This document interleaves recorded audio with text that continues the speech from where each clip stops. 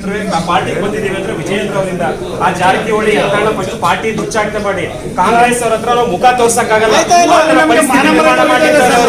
ಪಾರ್ಟಿಗೆ ಮಾನ ಮರ್ಯಾದೆ ಹೋಗ್ತಾ ಇದೆ.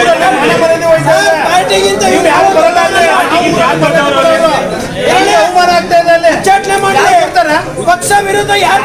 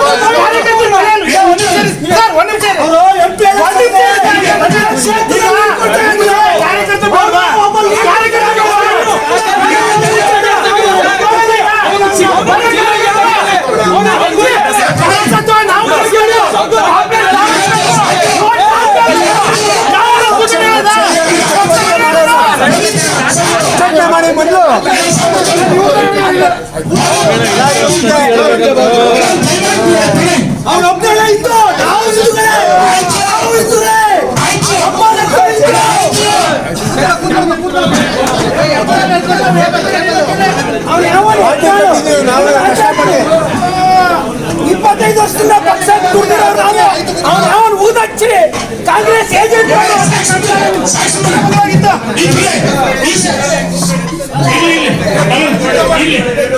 ಭಾರತ್ ಮಾತಾ ಕಿ